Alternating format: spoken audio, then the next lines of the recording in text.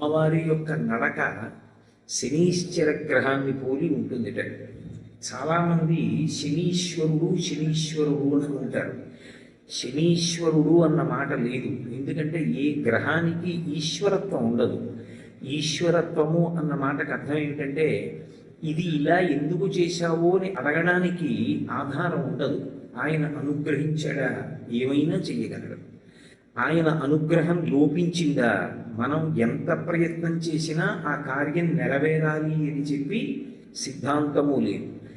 కచ్చిదా శాస్తి దేవానాం ప్రసాదం పార్థివాత్మజ కచ్చిత్ పురుషకారంచ దైవంచ ప్రతిపంచతే అంటుంది సీతమ్మ. మనుష్య సంకల్పం ఒకెత్తు, మనుష్య సంకల్పానికి పరమేశ్వరుడి అనుగ్రహం కూడా తోడైతేనే మనం అనుకున్న కార్యాలు సఫలీకృతమవుతాయి. భగవంతుని యొక్క అనుగ్రహము తోడు కానప్పుడు మన ప్రయత్నం ఎంత చేసినా కూడా అది సఫలీకృతం అవుతుంది అని సిద్ధాంతం చేయడం సాధ్యం కాదు. అందుకే గ్రహములకు ఆ శక్తి ఉండదు. గ్రహము ఒక ఫలితాన్ని ఇవ్వవలసి ఉందనుకోండి, భగవంతుడు నువ్వు అలా ఫలితాన్ని ఇవ్వడానికి వీలు లేదు అని శాసనం చేశాడనుకోండి, ఆ గ్రహాలు ఏమీ చెయ్యలేవు. అవి అక్కడతో ఆగిపోవలసింది. చాలా తీవ్రమైనటువంటి ఫలితాన్ని ఇవ్వవలసినటువంటి ఉగ్రమైన స్వరూపంతో ఉన్నటువంటి గ్రహం కూడా ఉపశాంతి పొంది కిందకి దిగిపోవాలి. లేకపోతే ఈశ్వరుడు అన్న మాటకు అర్థం ఎక్కడ ఉంది నాకు చెప్పండి. చేసుకున్నటువంటి కర్మ ఏది ఉన్నదో కర్మ గొప్పదవుతుంది, ఈశ్వరుడు ద్వితీయ స్థానంలోకి వచ్చేస్తాడు. గత జన్మలలో నువ్వు ఏ పాప పుణ్యాలు చేశావో ఆ పాప పుణ్యాల యొక్క ఫలితాన్ని నువ్వు అనుభవించి తీరాలి తప్ప ఈ జన్మలో నువ్వు ఎంత భక్తిగా ఉన్నా గత జన్మలో చేసుకున్నటువంటి కర్మ నిన్ను విడిచిపెట్టదు అని నేను చెప్పాను అనుకోండి. అప్పుడు భక్తిగా ఉండడం వల్ల ఈశ్వరుడు మీకు ఇచ్చేటటువంటి ఫలితం ఏమిటి? ఇప్పుడు కర్మ గొప్పదవుతుంది. కర్మ ఎప్పుడూ గొప్పది కాదు. అందుకే రమణ మహర్షి ఉపదేశసారం చేస్తూ కర్మ తజ్జడం అంటారు. కర్మ కర్మగా ఫలితాన్ని ఏమీ ఇవ్వదు. ఎందుచేత అంటే నేను సత్యనారాయణ వ్రతం చేశాను అనుకోండి, సత్యనారాయణ వ్రతం చేసి పూర్తయిపోగానే నా కొడుకు ఉద్యోగం వచ్చేయాలని సంకల్పం చేస్తే ఉద్యోగం వచ్చేసింది అనుకోండి, అప్పుడు కర్మ గొప్పది. కర్మచేత కాదు జరిగేది, నేను చేసిన కర్మయందు నేను చూపించినటువంటి భక్తికి ప్రీతి పొందినటువంటి పరమేశ్వరుని యొక్క అనుగ్రహము నా కోరిక తీరడానికి కారణమవుతుంది. అందువలన ఆయన ఈశ్వరుడు. నేను గతంలో కొన్ని పాపములు చేసి ఉండవచ్చు, కానీ ఈ జన్మలో నేను పరమభక్తితో జీవనం చేస్తున్నాను అనుకోండి, పరమేశ్వరుడు ఆ పాపము యొక్క ఫలితాన్ని ఇవ్వవలసినటువంటి సమయం ఆసన్నమైనప్పుడు ఇంత భక్తిగా ఉన్నటువంటి వాడికి కూడా నేను అంత దుష్ఫలితాన్ని ఇస్తే రేపొద్దున్న లోకానికి ఈశ్వరుడు ఉన్నాడన్న నమ్మకం ఎలా కలుగుతుంది? అందుకే భాగవతంలో ఒక మాట అంటాడు, ఒక భక్తుణ్ణి ఈశ్వరుడు ఎందుకు రక్షించాలి అంటే వాడు నా కొరకు రక్షింపవలయువాడు అంటాడు. ఒక పరమ భక్తుడైనటువంటి వాడు దురన్యాయానికి గురైపోయాడు అనుకోండి, ఆయనే బాధపడవలసి వచ్చిందనుకోండి, ఇంకా భగవంతుడు ఉన్నాడని లోకం ఎందుకు నమ్ముతుంది? అంత ఈశ్వరుణ్ణి నమ్ముకున్నవాడే అన్ని కష్టాలు పడితే ఇక లోకంలో నమ్మకం అన్న మాట ఎలా కుదురుతుంది?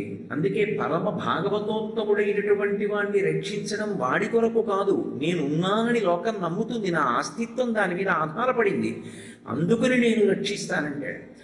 ఈశ్వరుడు రక్షించాలి అని సంకల్పం చేశాడనుకోండి, గ్రహములు ఫలితాన్ని ఇవ్వలేవు, ఆగుతాయి. పెద్ద ఫలితాన్ని ఇవ్వవలసినవి చాలా తక్కువ ఫలితాన్ని ఇచ్చి వెళ్ళిపోతాయి. అదే భగవత్ కారుణ్యంగా అర్థం చేసుకోవడంలో ఉంటుంది. అందుకే ఒకనాడు అప్పటికి ఏదో కొద్దిగా కష్టం వచ్చినట్టు కనపడుతుంది, అంత మాత్రం చేత విచలితులం అయిపోకూడదు. ఈశ్వరానుగ్రహం అలా ఎందుకు వచ్చిందో కూడా పరిశీలించుకోవాలి. నేను మీతో ఒక ఉదాహరణ చెప్పాలి అంటే, ఒక వర్తకుడు ఉప్పు పట్టుకుని బయలుదేరాడు. పక్కన ఉన్నటువంటి నగరానికి వెళ్ళి ఆ ఉప్పు అమ్మి లాభం సంపాదించాలని. తీరా ఆయన అడవి మార్గంలో వెళుతున్నప్పుడు కుండపోతగా వర్షం పడింది. వర్షం పడిన కారణం చేత ఆయన పక్క ఊరు చేరుకునేటప్పటికీ తీసుకువెడుతున్నటువంటి ఉప్పు బస్తాలలోని ఉప్పంతా కరిగి నీరై కారిపోయింది, అమ్మడానికి ఏం లేదు. కాబట్టి అతను చాలా దిగాలు మొహం వేసుకుని, నేను భగవంతుణ్ణి ఇంత నమ్మాను, ఏం కలిసి వచ్చింది? వ్యాపారం చేసి ఉప్పు అమ్ముదామని బయలుదేరినటువంటి నాకు ఉప్పు కణిక మిగలకుండా చేశాడు, ఏమి ఈశ్వరుడు అని ఈశ్వరుడి మీద అపనమ్మకంతో తిరిగి వస్తున్నాడు.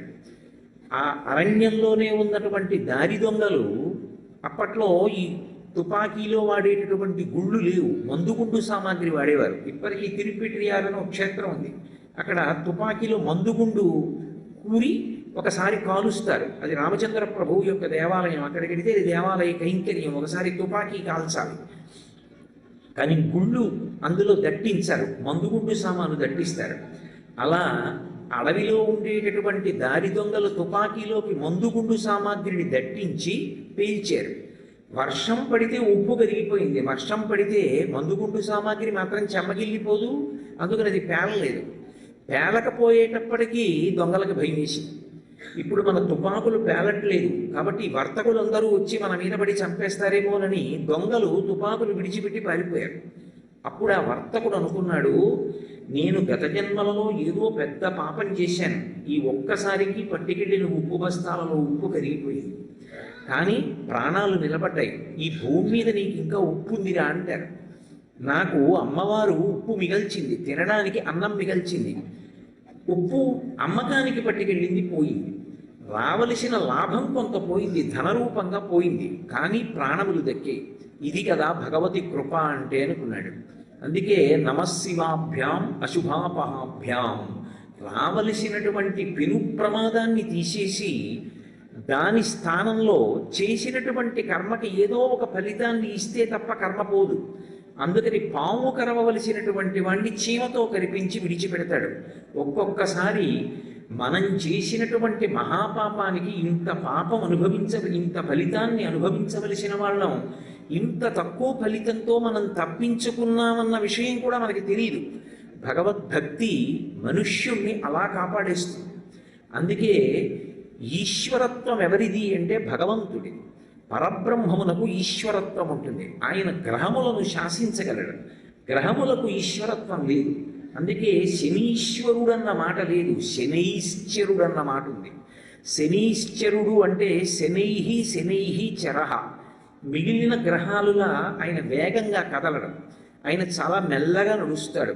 మెల్లగా నడుస్తాడు కాబట్టి మందుడు అని పేరు. మందగతి అంటే మెల్లగా నడవడం, మెల్లగా నడిచేటటువంటి లక్షణం ఉన్నవాడు కాబట్టి శనైశ్చర గ్రహం జాతకంలోకి ప్రవేశిస్తే చాలా మెల్లగా వెడతాడు. శనైశ్చర గ్రహానికి కారకత్వం ఉంది, ఆయన కొన్నిటి మీద అధికారి అయి ఉంటాడు.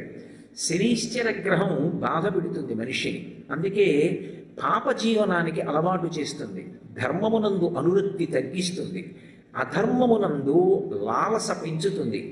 ధర్మాన్ని వదిలేస్తేనే అధర్మాన్ని పట్టుకుంటే మనం సంతోషించచ్చని అధర్మం వైపుకి నడిచేటట్టుగా చేస్తుంది, దుఃఖాన్ని కలిగిస్తుంది, ఆయుర్దాయాన్ని శాసిస్తుంది, మృత్యువుని కూడా కల్పిస్తుంది. శనీశ్చర గ్రహం వీటి మీద కారకత్వంతో ఉంటుంది.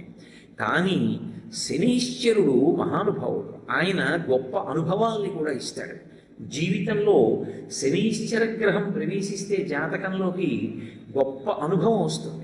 ఆ అనుభవం వచ్చిన కారణం చేత ఆ పైన ఇక తప్పు చెయ్యకుండా జాగ్రత్త పడతాడు. అటువంటి శనీశ్చర గ్రహం మెల్లమెల్లగా నడుస్తుంది కాబట్టి మందుడు అంటాడు. శనీశ్చర గ్రహం ఏళ్ళనాటి శని జాతకంలోకి వచ్చిందనుకోండి, బాబోయ్ ఎన్ని బాధలు పడిపోతున్నానోనండి, ఏళ్ళనాటి శని ఇంకా అంతా ఇంత బాధ కాదండి, తప్తమైపోతున్నానంటూ ఉంటారు కొంతమంది. అది ఆ గ్రహం యొక్క కారకత్వం, అది ఆయన దోషం కాదు. మనం గత జన్మలో చేసుకున్నటువంటి పాపములను శనీశ్చర గ్రహం ఆ విధమైనటువంటి దుఃఖ రూపంలో పోగొట్టేస్తూ ఉంటాడు. శనీశ్చర గ్రహం ఎలా మెల్లమెల్లగా నడుస్తుందో అమ్మవారి యొక్క నడక అంటే పాదములను ఆశ్రయించి కదు ఉంటుంది, పాదములు కదిలితే నడక. అమ్మవారి నడక శనీశ్చర గ్రహంలా ఉంటుంది, అంటే మందగమన. లలితా సహస్రనామ స్తోత్రంలో వ్యాస భగవానుడు అమ్మవారి నడకని మరాళి మందగమన అంటాడు. ఆవిడ అంత అందంగా నడుస్తుంది. అమ్మవారు నడిస్తే హంస నడిచినట్టు ఉంటుందంటారు, ఏనుగు నడిచినట్టు ఉంటుందంటారు. గజగమనము అని ఏనుగు యొక్క నడక అంత అందంగా ఉంటుంది అని పద్మినీ జాతి స్త్రీల యొక్క నడకని ఏనుగు యొక్క నడకతో పోలుస్తారు. అమ్మవారి నడకకి ఉపమానం చెప్పాలంటే రెండే చెప్తారు, ఒకటి హంస నడక, రెండవది ఏనుగు యొక్క నడక. అందుకే ఇప్పటికీ శ్రీశైలంలో భ్రమరాంబికాదేవి మీద స్తోత్రం చేస్తే రాజన్మత్తమరాళమందగమనాం రాజీవపత్రేక్షణాం రాజీవప్రభవాదిదేవమకుటైః రాజత్పదాంబోరుహాం రాజీవాయతపత్రమండితకుచాం రాజాధిరాజేశ్వరీం శ్రీశైలస్థలవాసినీం భగవతీం శ్రీమాతరం భావయే అంటారు. ఆ తల్లి మెల్లమెల్లగా ఎందుకు నడుస్తుందంటే ఆవిడ అడుగు తీసి అడుగు వేస్తూ ఉంటే దిక్పాలులు దేవతలు అందరూ కూడా తమ కిరీటములు నేలకి తగిలేటట్టుగా ఉంచి నమస్కరిస్తూ ఉంటారు రెండు వైపులా నిలబడి. ఆ కిరీటములలో పొదగబడినటువంటి మణుల యొక్క కాంతుల చేత ఆమె పాదములకు నీరాజనములు ఇవ్వబడుతూ ఉంటాయి. ఆ చిలికెత్తెలు చెప్తారట సౌందర్యలహరిలో శంకరాచార్యులు వారు చెప్తారు, అమ్మాది ఇంద్రుడి కిరీటం చాలా వైభవోపేతమైన వజ్రములతో కూడి ఉంటుంది. ఆ కిరీటం నీ పాదానికి తగులుతుందేమోనమ్మా, పాదం సొక్కిపోతుంది, మెల్లమెల్లగా నడంటారట. అందుకని రాజన్ మత్తమరాళ మందగమనాం, ఒక మదగజం ఎలా నడుస్తుందో అలా నడుస్తుంది. ఒకనకొకప్పుడు పరమశివుడు అమ్మవారి మీద ఒక శ్లోకం చెప్పవలసి వచ్చింది. శ్రీకాళహస్తి మాహాత్మ్యము అని చెప్పి దూర్జటి రచన చేశాడు. అందులో ఆ ఘట్టం వస్తుంది. అందులో పరమశివుడు పార్వతీదేవి మీద ఒక శ్లోకం చెప్పవలసి వస్తే, సింధుర రాజగమనార్థం విల్ల బంధము సహజ సుగంధం. సింధుర రాజగమన అంటే ఏనుగుల యొక్క రాజైనటువంటి మదగజము యొక్క నడక ఎలా ఉంటుందో అటువంటి నడక కలిగిన తల్లి అని. అమ్మవారి యొక్క నడక అంత అందంగా అంత మెల్లగా నడిచి వెళుతుంది ఆవిడ. అందుకే బాగా అమ్మవారి గురించి జపం చేసేటటువంటి వాళ్ళు, అమ్మవారి గురించి ధ్యాన నిష్టలో ఉన్నటువంటి వారికి అమ్మవారి పాదములకు అలంకృతమైనటువంటి మణిమంజీరుముల యొక్క శబ్దములు వినపడతాయి అని చెప్తారు. ఆవిడ నడిచి వెడుతున్నప్పుడు ఆవిడ పాదములకు అలంకృతమైనటువంటి మంజీరములు శబ్దం చేస్తాయి. ఆ శబ్దములను వాళ్ళు వింటూ ఉంటారట. అలా వినగలిగినంతగా ధ్యానంలో కూర్చుని ఉంటారు యోగులైనటువంటి వారు. అంతటి ధ్యాననిష్ట కలిగినటువంటి మహానుభావులు. కాబట్టి అటువంటి మందమైన మెల్లనైనటువంటి నడక కలిగిన తల్లి. ఇప్పుడు ఆ తల్లి నడకలలో ఏముంది? శనైశ్చర గ్రహాన్ని పోలి ఉంటుంది ఆ నడక. ఇప్పుడు శనైశ్చర గ్రహానికి ఈశ్వరత్వం లేదు, కానీ అమ్మవారు ఈశ్వరత్వం కలిగి ఉంది. అమ్మవారి పాదములు విశేషమైనటువంటి అనుగ్రహ శక్తిని కలిగినవి. అమ్మవారి పాదములకు ప్రతిరోజు ఈ శ్లోకంతో నమస్కారం చేశాడనుకోండి, ఒకసారి అమ్మవారు కదిలి వెళ్ళినటువంటి స్థితిని గమనించి మనసులో ధ్యానం చేశాడనుకోండి. అందుకే ముత్తుస్వామి దీక్షితారు వారు అమ్మవారి మీద కీర్తన చేశారు. చాలామందికి ఆ కీర్తన పరిచయం ఉంటుంది, కంజదలాయతాక్షి కామాక్షి అని. ఆ కంజదలాయతాక్షి కామాక్షి అన్న కీర్తనలో కుంజర గమని అని నృత్యం చేస్తారు ఆ కీర్తనకి. అలా ఆ తల్లి నడక అంత అందంగా ఉంటుంది. కుంజర గమని అంటే ఏనుగు యొక్క నడక ఎలా ఉంటుందో అటువంటి నడక కలిగినటువంటి తల్లి అని. కాబట్టి ఇప్పుడు శనీశ్చర గ్రహం యొక్క నడక ఎలా ఉంటుందో, ఎంత మందంగా ఉంటుందో అంత మందంగా అంత మెల్లగా నడిచేటటువంటి స్వభావము కలిగినటువంటి అమ్మవారు.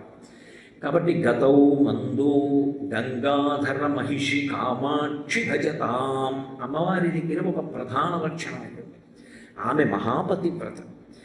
ఆమె తనంత తానుగా ఎంత శక్తివంతురాలు కానివ్వండి, మీరు కేవలం ఆవిడ గురించి స్తోత్రం చేస్తే ఆవిడ చిన్నపుచ్చుకుంటుంది. నన్ను స్తోత్రం చేస్తున్నారెవరు? నా భర్తని కదా స్తోత్రం చేయాలి. ఆమె మహాపతివ్రత, తన భర్తని స్తుతి చేస్తే సంతోషిస్తుంది. అందుకే గంగాధర మహిషి, గంగని ధరించినటువంటి పరమశివుని యొక్క ఇల్లాలు అనేటప్పటికీ ఆవిడికి సంతృప్తి. కామాక్షి భజతాం, అటువంటి కామాక్షిని నేను భజించుచున్నాను. తమకేతుర్మాత, తమస్సు అంటే చీకటి, చీకటిని పోగొట్టగలిగినటువంటి పాదములు కలిగినటువంటి తల్లి. చీకటి అంటే పాపము అని ఒక అర్థం, దోషము అని, రాత్రి అని, పాపము అని, ఇన్ని అర్థాలు ఉంటాయి. తమకేతు అంటే పాపములను పోగొట్టగలిగినటువంటి పాదయుగళి కలిగినటువంటి తల్లి. అమ్మవారి పాదములకు ఎవడు నమస్కరిస్తాడో అటువంటి వాడి యొక్క పాపములన్నీ కూడా పటాపంచలైపోతాయి. ఆ తల్లి పాపమును తీయగలదు. పాపము అన్న మాటని మీరు కొంచెం జాగ్రత్తగా అర్థం చేసుకోవాలి. లేకపోతే అయిందానికి కాందానికి అర్థం లేకుండా పాపము అన్న మాట అన్వయం చేసుకుంటే జీవితంలో అక్కర్లేని పిరికితనం అలవాటైపోతుంది. మనం ఏమి చెయ్యాలి, ఏమి చెయ్యకూడదు, విహిత కర్మ ఏది, నిషిద్ధ కర్మ ఏది, ధర్మము అంటే ఏది అని చెప్పడానికి అధికారము కలిగినటువంటిది వేదం ఒక్కటే. ఏది వేదం చెప్తుందో అదే ధర్మం తప్ప ధర్మం చెప్పడానికి ఇతరులకు అధికారం ఉండదు. ధర్మం మాట్లాడేది వేదం ఒక్కటే మాట్లాడుతుంది. వేదంలో చెప్పిన దాన్ని స్మృతి చెప్తుంది, స్మృతి చెప్పిన దాన్ని పురాణం చెప్తుంది, పురాణం చెప్పింది కూడా ఒకవేళ మనకి తెలియకపోతే శిష్టాచారం, ఊళ్ళో ఉన్న పెద్దల యొక్క నడబడి, అది కూడా తెలియకపోతే అంతరాత్మ ప్రబోధం. ఈ 5 ప్రమాణ వాక్కులై ఉంటాయి. అందులో శృతి వేదం ప్రధానం. ఆ వేదము ధర్మాన్ని చెప్తుంది. చెప్పినప్పుడు విహిత కర్మ అని ఉంటుందంటే ఇది నువ్వు చెయ్యి. అది చెయ్యడంలో ఈశ్వరుడు సాధ్యమైనంత అవకాశాన్ని కల్పిస్తాడు తప్ప చాలా కష్టపడి చేసేటట్టుగా ఎప్పుడూ ఆయన ఏర్పాటు పెట్టాడు. ప్రతిరోజు స్నానం చెయ్యి, స్నానం చెయ్యి అంటే మజ్జనం చెయ్యి అని అర్థం. అంటే తల మునిగేటట్టుగా స్నానం చెయ్యాలి. ప్రవహిస్తున్నటువంటి జలం దగ్గరికి వెళ్ళి మునగాలి. ఒకవేళ అలా వెళ్ళలేకపోతే అందుకే ఎప్పుడు ఎడ తెగక పారు ఏరుంది జుడున్ చప్పడి నయూరవుండుము చప్పడికు నట్టి ఊరు చేరకు సుమతి అని చిన్నప్పుడు ఏరు ఉన్న ఊళ్ళో ఉండండి అంటారు స్నానం చేయొచ్చని. ఒకవేళ ఏరు లేదు, ఉన్నా వెళ్ళడానికి అవకాశం లేదు, ఏం చేయాలి అంటే కనీసం నూతిలో నీళ్లు తీసుకుని తలమించి పోసుకోవాలి. నుయ్యి కూడా లేదు, ఏం చేయాలి, పంపులో నీళ్లు తీసి తలమించి పోసుకోవాలి. తలమించి పోసుకోవడానికి అనారోగ్యంగా ఉంది, ఏం చేయాలి, కంఠం దగ్గర నుంచి పోసుకోవాలి. కంఠం దగ్గర నుంచి పోసుకోవడానికి కూడా వీల్లేదు, జ్వరంగా ఉంది, ఏం చేయాలి, మొల దగ్గర నుంచి పోసుకోవాలి. అక్కడి నుంచి కూడా వీల్లేదు, మంచం నుంచి లేవలేకపోతున్నాను, ఏం చేయాలి, కనీసం కాళ్ళు కడుక్కోవాలి. అది కూడా చేయలేను, ఏం చేయాలి, విభూతి చల్లుకోవాలి. అది కూడా చేయలేను, ఏం చేయాలి, కొడుకు ఉండాలని కోరుకునేది అందుకు. కొడుకు కాస్త విభూతి చల్లి ఈయన సంధ్యావందనం ఆయన చేస్తే సరిపోతుంది. కాబట్టి ఇప్పుడు సాధ్యమైనంత వరకు ధర్మం నడవడానికే పరమేశ్వరుడు అవకాశం కల్పిస్తాడు. అంతే తప్ప కఠిన హృదయంతో నువ్వు ధర్మాచరణ చెయ్యలేవు అన్న స్థితిని కల్పించడానికి ఈశ్వరుడు ఎప్పుడూ తలుపులు ముయ్యడు. ఇప్పుడు ఏది ఈశ్వరుడు చెయ్యమన్నాడో అది చెయ్యకుండా ఉండడం, ఏది చెయ్యవద్దని చెప్పాడో అది చెయ్యడం, అది పాపం. ఇది చెయ్యవద్దు అని ఈశ్వరుడు అన్నాడు అనుకోండి, అదే చేసే ప్రయత్నం చేయడం, ఆ పని చేయడం, దానికి పాపమని పేరు. ఇప్పుడు పాపము పోవడము అంటే ఏదో కొన్ని చెయ్యకూడని పనులు చేయడం, గంగ దగ్గరికి వెళ్ళడం, స్నానం చేయడం, పాపాలు పోయి మళ్ళీ వచ్చి మొదలు పెట్టడం అని అర్థం చేసుకుంటే పొరపాటు. పాపము పోవుట అన్న మాటకు అర్థం ఏమిటంటే ధర్మమునందు అనురక్తి కలుగుట అని చెప్పాలి. మనసు మారి దీనివల్ల నాకు వచ్చే ప్రయోజనం ఏమిట్రా, నేను భగవంతుడు ఎలా చెప్పాడో అలాగే బ్రతుకుతాను, ఆయన వద్దన్న దాని జోలికి నేను వెళ్ళను అన్న పూనిక కలిగితే పాపమునందు అనురక్తి పోయింది అంటారు. కాబట్టి ఇప్పుడు పాపములను పోగొట్టగలిగినటువంటి శక్తి కలిగినటువంటి తల్లి ఆవిడ పాదములకు నమస్కరించినంత మాత్రం చేత అంత గొప్ప అనుగ్రహాన్ని వర్షిస్తుంది ఆవిడ. అటువంటి శక్తి కలిగినటువంటి తల్లి కనుక చీకటిని పోగొట్టగలిగిన పాదములు వాక్యంలో. ఆంతరమునందు తమహ అంటే రాహువు, రాహుగ్రహము అమ్మవారి పాదములను ఆశ్రయించి ఉన్నట్లే. ఎందుచేత అంటే రాహుగ్రహానికి కొంత కారకత్వం ఉంటుంది. రాహువు పాపమునందు అనురక్తి పెంచుతాడు. పాప జీవనం మీద విశేషమైనటువంటి అనురక్తి దేని వలన కలుగుతుంది అంటే రాహుగ్రహ సంచారం చేత. రాహుగ్రహం బాగా బలంగా ఉంటే పాపమునందు అనురక్తి కలుగుతుంది. పాపమునందు అనురక్తి కలిగి పాప జీవనానికి అలవాటు పడ్డాడు అనుకోండి, ఈశ్వరుడు వద్దన్న పని చేస్తున్నట్లేనా? మీరు ఒకటి బాగా జ్ఞాపకం పెట్టుకోండి, నేను ఇప్పుడు చెప్తున్న విషయాన్ని మీ మనసులో సువ్యవస్థితం చేసుకోండి. భగవంతుడికి మనం ఇచ్చిన పదార్థము చేత తృప్తి కలగదు. ఎందుచేత అంటారేమో, అసలు ఆ పదార్థం తేవడానికి మనం కాదు సృష్టికర్త. ఒక మారేడు దళాన్ని నేను సృష్టించలేను. అందుకే శంకరాచార్యులు వారు శివానంద లహరిలో అంటారు, గభీరే కాసారే విశతి విజనే ఘోర విపినే విశాలే శైలీ చ భ్రమతి కుసుమర్ధంజనమపి సమర్పే చేతస్సరసిజముమానాథ భవతే సుఖేనా వస్తాతుం జనయిహ నజానాతికి మహో అంటారు. ఎవడు తెమ్మన్నాడు రా నిన్ను అక్కర్లేనివన్నీ? అంటే భక్తితో 2 పువ్వులు వెయ్యొద్దని నేను అంటలేదు. మార్నింగ్ వాక్ అని పేరు పెట్టుకుని బయలుదేరి జేబులో ఓ ప్లాస్టిక్ కవర్ పెట్టుకుని అవతలవాడు కష్టపడి వేసుకున్నటువంటి పూల మొక్క వాడి గోడ నుంచి మొగ్గ వేసి పువ్వు పూస్తే నువ్వు కోసుకొచ్చి ఎత్తుకొచ్చిన దొంగ పూలతో పూజ చేయమని ఈశ్వరుడు చెప్పాడు నిన్ను. అందుకే ఉదయం నువ్వు నడక్కి బయలుదేరేది. వాడు కష్టపడి వేసుకున్న మొక్క వాడి పువ్వు వాడు అనుభవించకూడదు, నువ్వు ఎత్తుకొస్తావనే. అదే భక్తి అంటే. నువ్వు ఏం తెచ్చావు కాదు, ఎలా తెచ్చావు ఈశ్వరుడికి కావాలి.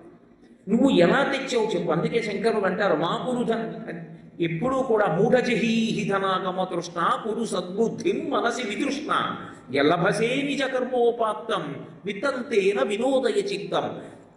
నీకు ధార్మికంగా ఏమొచ్చిందో దానితో సంతోషంగా ఉండడం నేర్చుకో.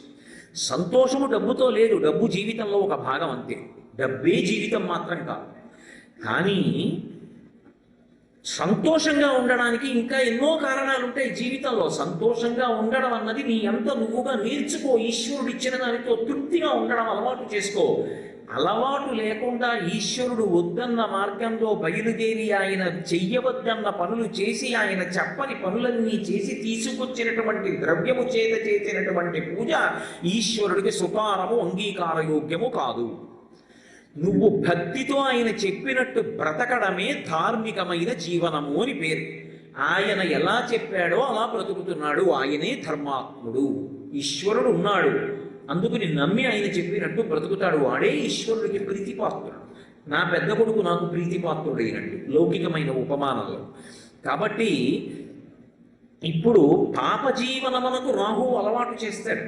పాప జీవనానికి అలవాటు పడితే రెండో కొడుకు మీద నాకు ఎట్లా వైముఖ్యం కలిగిందో భగవంతుడికి వైముఖ్యం కలుగుతుంది.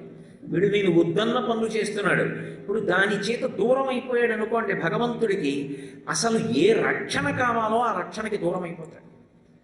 ఆ రక్షణ ఏదో అవసరం. ఈశ్వరుడు రక్షించినదేదో అది రక్షణ. ఎప్పుడూ పెద్దలైనటువంటి వారిని, ధర్మాన్ని నమ్ముకున్నటువంటి వారిని హింస చేస్తూ ఉండడం, ఇతరుల సొత్తు అపహరించి తీసుకురావడం, మహాపతివ్రతలైనటువంటి పరకాంతల్ని అపహరించి తీసుకురావడం, ఈ 3 ఎప్పటికైనా మూలాన్ని పాడు చేస్తాయి. ఈ 3 చెయ్యడమే పనిగా మీ నాన్న పెట్టుకుని ఉన్నాడు. అటువంటి వాణ్ణి విడిచిపెట్టి వెళ్ళిపోవడం వినా నాకు మార్గం ఏముంది? నా అంత నేను వెళ్ళలేదు. నేను మీ నాన్నకి బోధ చేస్తూనే ఉన్నాను.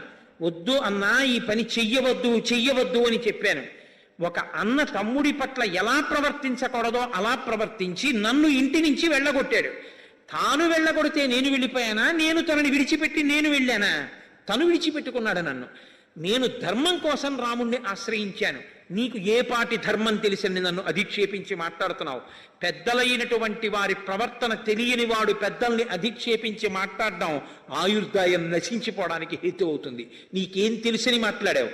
నీకు చేతనైతే లక్ష్మణుడితో యుద్ధం చెయ్యన్నారు. ఇద్దరి మధ్య గొప్ప యుద్ధం ప్రారంభమైంది. 3 రాత్రులు జరిగిందండి.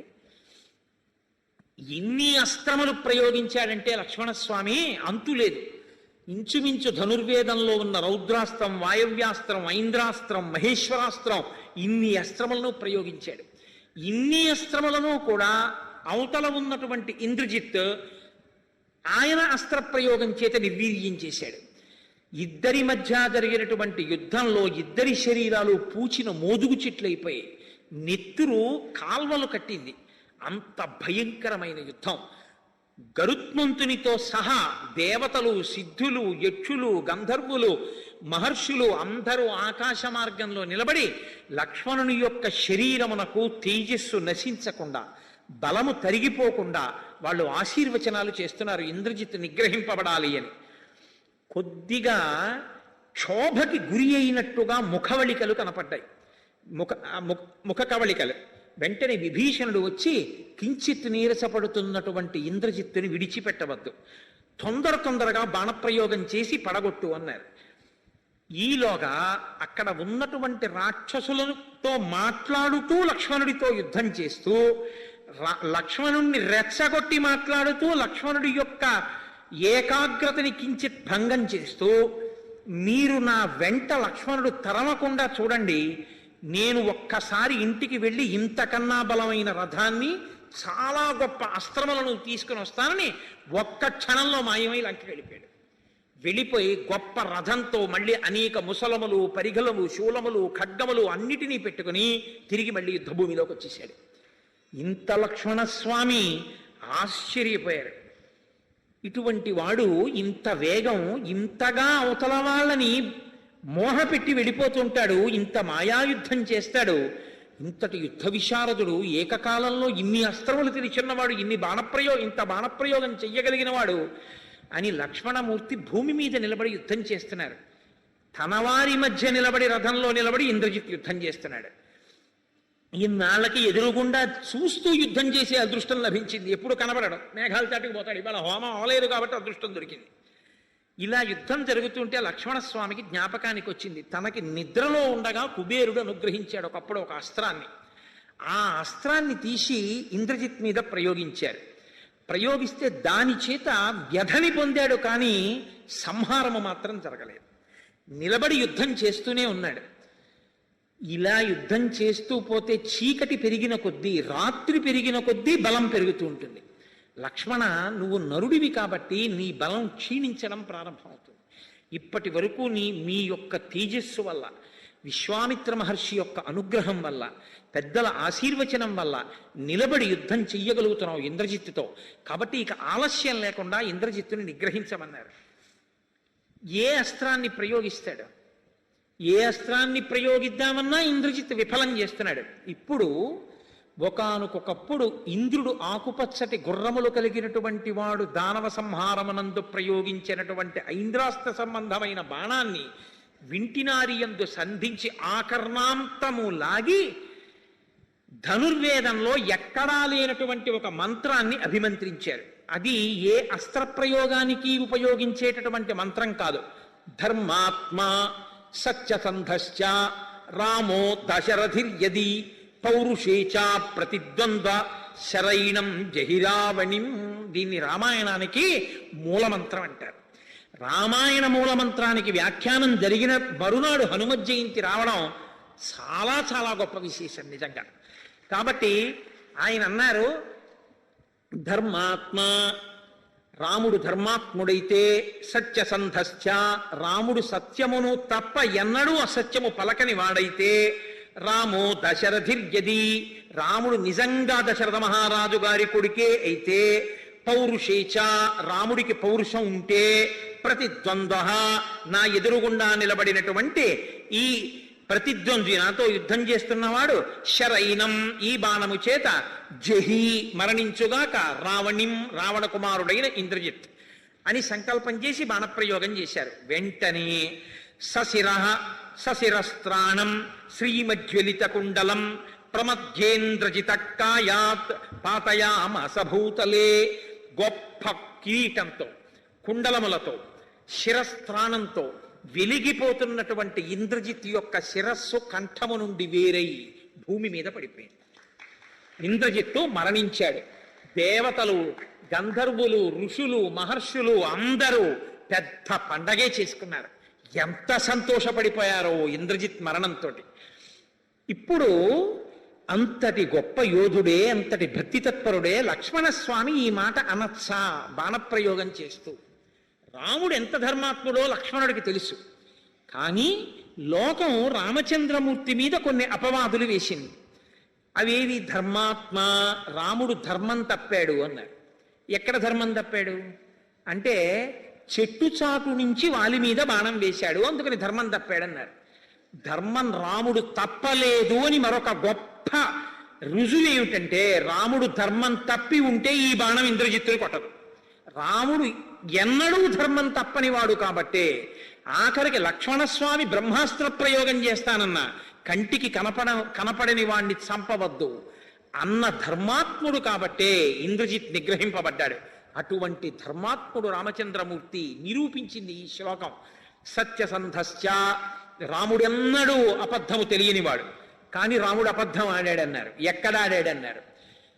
అయోధ్యకాండలో పట్టాభిషేకం జరగకుండా రామచంద్రమూర్తి అరణ్యవాసానికి బయలుదేరి వెళ్ళిపోతున్న సమయంలో అంతఃపురంలోంచి బయటికి వచ్చినటువంటి దశరథ మహారాజు గారు ఉత్తరీయం జారి పడిపోయి ఉండగా రామచంద్రమూర్తి కూర్చున్నటువంటి రథాన్ని తోలుతున్నటువంటి సుమంత్రుణ్ణి రథాన్ని ఆపు ఆపు తీసుకువెళ్ళొద్దు అని పెద్దగా అరుపులు అరుస్తుంటే రథస్థితుడైనటువంటి రామచంద్రమూర్తి రథాన్ని ఇక్కడ ఆపకుండా నువ్వు నడుపు నడుపు అంటుంటే ప్రభువైన దశరథ మహారాజు గారు రేపు తిరిగి వచ్చిన తర్వాత నేను ఆపు అన్నప్పుడు రథాన్ని ఎందుకు ఆపలేదు అని నన్ను దశరథుడు అడిగితే నేనేం చెప్పను అని రాముడిని అడిగితే రాముడు నేను ఆపద్దు అన్నాను కాబట్టి రథాన్ని అరణ్యానికి తీసుకెళ్లిపోయి తిరిగి వచ్చిన తర్వాత రథచక్ర సవ్వడిలో నీవన్న మాట నాకు వినపడలేదని చెప్పి అన్నాడు. అబద్ధం చెప్పడం ఒకటి చెప్పించడం ఒకటి కాదు కాబట్టి రాముడు అసత్యం ఆడాడన్నాడు.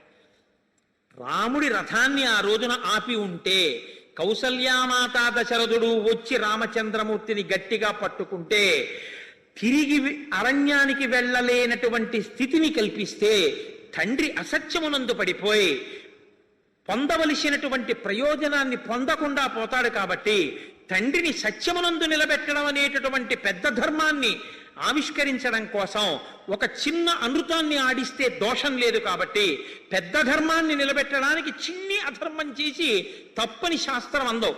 కొడుకు తండ్రి మరణశయ్య మీద ఉండి సంధ్యావందనం చెయ్యలేకపోతే తండ్రి పేరు మీద సంధ్యావందనం చేసి తాను ప్రాయశ్చిత్తంతో వేలదాటాక సంధ్యావందనం చెయ్యొచ్చు. కాబట్టి చిన్న అధర్మం పెద్ద ధర్మాన్ని నిలబెడితే దోషం కిందకి రాదు. ఒక గోవు ఇలా వెళ్ళిపోతే కసాయి వాళ్ళు వచ్చి ఆవిటి వెళ్ళిందా అని అడిగితే నాకు తెలియదు అని చెప్తే అబద్ధం చెప్పినట్టు కాదు, గోప్రాణ రక్షణ చేసిన పుణ్యం అందులో పెడుతుంది. కాబట్టి రాముడు అసత్యమాడలేదు, నిరూపింపబడింది. కాబట్టి ధర్మాత్మ సత్యసంధశ్చ రామో దశరథిర్యది. రాముడు దశరథ మహారాజు గారి కొడుకు కాడు. పాయస పాత్ర వచ్చింది ఆనాడు బాలకాండలో ఆ యజ్ఞం చేసినప్పుడు పుత్రకామేష్టిలో వచ్చినటువంటి యజ్ఞపురుషుడిచ్చినటువంటి పాయస పాత్రలోని పాయసాన్ని ఆరగించడం వల్ల జన్మించాడు తప్ప దశరథ మహారాజు గారి గొప్పతనం అందులో లేదు అన్నారు కొంతమంది. రాముడు నరుడిగా జన్మించడం కోసం వచ్చినవాడు, నరుడిగా ఉంటే తప్ప రావణ సంహారం కాదు.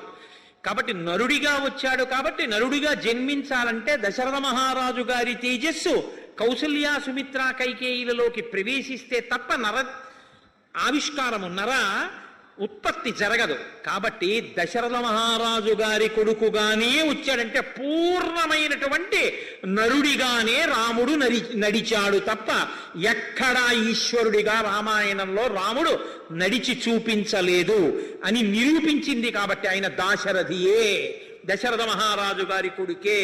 అందుకే ఆయన్ని దాశరథి కరుణాపయోనిధి అంటే పొంగిపోతాడని నిరూపించినటువంటి శ్లోకము కనుక ధర్మాత్మ సత్యసంధశ్చ రామో దశరథిర్యది పౌరుషేచ. రాముడికి పౌరుషం లేదన్నారు ఒకప్పుడు. ఎప్పుడు 14,000 మంది కరదూషణాదులతో ఆయన యుద్ధం చేస్తుంటే బాణ పరంపర చేత దెబ్బతిన్నటువంటి కరుడు ఒంటి నుంచి రక్తం కారిపోతూ తాటి చెట్టు ప్రమాణంలో గబగబా నడిచొచ్చి రామచంద్రమూర్తి మీద పడిపోతుంటే బాణం వెయ్యడానికి చోటు లేక వింటినారిని వెనక్కి లాగడం కోసం 3 అడుగులు వెనక్కి వేశాడు. యుద్ధంలో ధనస్సు పట్టుకున్నవాడు 3 అడుగులు వెనక్కి వేస్తే పౌరుషం లేనివాడి కింద లెక్క. కరుణ్ణి చంపేటప్పుడు 3 అడుగులు వెనక్కి వేశాడు కాబట్టి పౌరుషం లేదు అని కొంతమంది విమర్శ చేశారు. కానీ తన ఎదురుగుండా నిలబడినటువంటి వాణ్ణి సంహరించడానికి వింటినారిని ఆ కర్ణాంతము లాగడానికి కావలసినంత వ్యవధానము లేని కారణం చేత అటువంటి స్థితిని కల్పించుకోవడం కోసం ఒక యోధుడు 3 అడుగులు వెనక్కి వేస్తే అది అపసర్పణమవుతుంది తప్ప అది ఎప్పుడూ ధర్మాతిక్రమణము కాదు, అది పౌరుషము లేకపోవడము కాదు అని మనకి శాస్త్రాలు చెప్తున్నాయి. కాబట్టి పౌరుషేచ రాముడు ఆనాడు చేసినది తప్పు కాదు, అది అపసర్పణమే తప్ప రాముడు 3 అడుగులు భీరువై వెనక్కి వేయలేదు అని ఈ శ్లోకము నిరూపించింది. రాముని యొక్క వైభవాన్ని, రాముని యొక్క శీలాన్ని, రాముని యొక్క గుణములను నిరూపించిన శ్లోకం కనుక ఈ మాట అంటే ధనుర్వేదంలో లేని మంత్రానికి ఇంద్రజిత్ యొక్క శిరస్సు పడిపోయింది కనుక రాముడు ఎంతటి గుణవంతుడో నిరూపించినది కనుక శ్రీరామాయణానికి అంతటికీ కూడా 24,000 శ్లోకాలలో రామాయణానికి మహామూలమంత్రంగా ఈ శ్లోకాన్ని పెద్దలు స్వీకరిస్తారు. అందుకే రామాయణానికి మూలమంత్రం ఏమి అంటే ఇదే మంత్రం. ధర్మాత్మ సత్యసంధశ్చ రామో దశరథిర్యది పౌరుషేచ ప్రతిద్వంద్వ శరైనం జహిరావిణిం. కాబట్టి ఈ మాట చెప్పగానే ఇంద్రజిత్ యొక్క శిరస్సు పడిపోయింది. ఇంత గొప్పగా రామచంద్రమూర్తి యొక్క వైభవాన్ని నిరూపించినటువంటి శ్లోకము. తదనంతరము ఆ ఇంద్రజిత్ పడిపోగానే ఒక్క రాక్షసుడు లేడు, అందరూ పారిపోయారు లంకలోకి. ఇప్పుడు లక్ష్మణస్వామి మెల్లమెల్లగా అడుగులు వేసుకుంటూ రామచంద్రమూర్తి దగ్గరికి వెళ్ళారు. మెల్లమెల్లగా అంటే నీరసం వల్ల అనుకోకండి, సిగ్గుపడిపోయాట.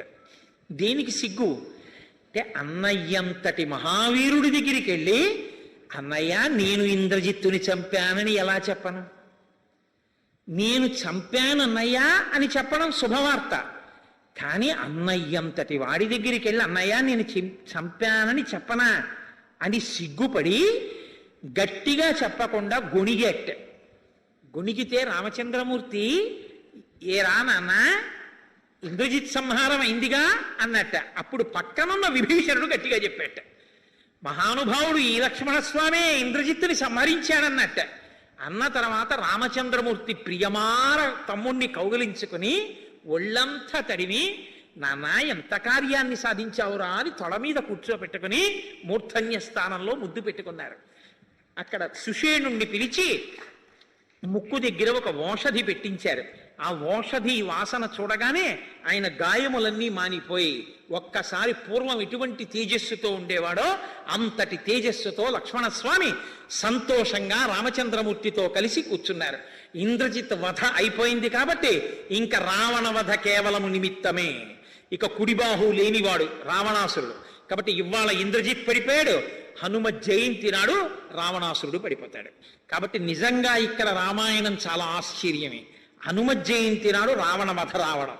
కాబట్టి రేపటి రోజున రావణవధ చేయించుగాక రామచంద్రమూర్తి వాచికంగా రావణవధ చేయించి హాయిగా ఇంకా తర్వాత పట్టాభిషేకం వైపుకి అడుగులు వేసేసేటటువంటి భాగ్యం, అంత గొప్ప ఉత్సవాన్ని నిర్వహించుకునేటటువంటి అదృష్టం ఆ సీతారామచంద్ర ప్రభువు ఆ స్వామి హనుమ మనకి కృప చెయ్యాలని ప్రార్థన చేస్తూ ఇవాల్టి ఉపన్యాసాన్ని ఇక్కడతో ముగిస్తున్నాను.